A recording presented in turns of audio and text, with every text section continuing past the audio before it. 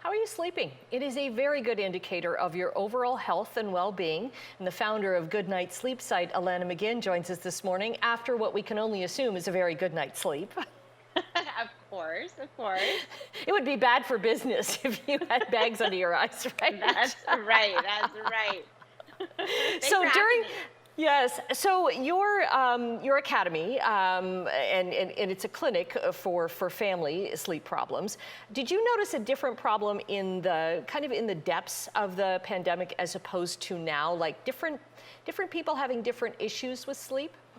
Well, I mean, we definitely saw, our sleep definitely took a hit throughout the pandemic. I mean, we saw an increase for numerous reasons. A big one being lack of routine, increase in stress and anxiety. But now we're seeing that also getting into kind of re-entry mode where a lot of people are really excited about re-entry, but there's some where it's starting to heighten that stress and anxiety, which can affect our sleep.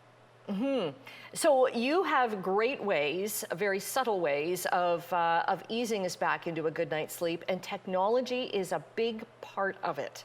Technology definitely is. Yeah, we've seen an increase in tech use brought into the bedrooms for sure. We know that tech is probably one of the biggest sleep busters in our bedroom. So this is a time when to set those boundaries. So, monitor what you're watching before you go to bed. Maybe stay away from the news if headlines are a trigger, staying away from social media if that isn't working well for you, but making sure that you're kind of setting those boundaries. If you want to get caught up with a friend or watch an episode of a show, not an entire season right before you go to bed, that's okay. But making sure that you're really setting those boundaries, but then removing it completely if you're really struggling with sleep, like introducing a family docking station. Because that could prevent things from, when you get a notification, it going off on your nightside table, right? That's right. That's right. Okay, what are some other tips then? So we also want to take back our bedroom. And what's happened throughout the pandemic is that our bedroom has kind of become that catch-all room, right? It's become our home office, it's become our kids' classroom. And when we're spending too much time awake in our bedroom, we're weakening that association between sleep and bed. So we want to focus on making it a conducive environment. So focus on your five senses, right? Darkening up your bedroom as best you can, clearing away the clutter, darkening up, using a blackout blind, maybe aromatherapy to bring in those calming scents, sound machines to bring in those nice relaxing sounds, but making sure that we're working on bringing back that strong association between sleep and our bed.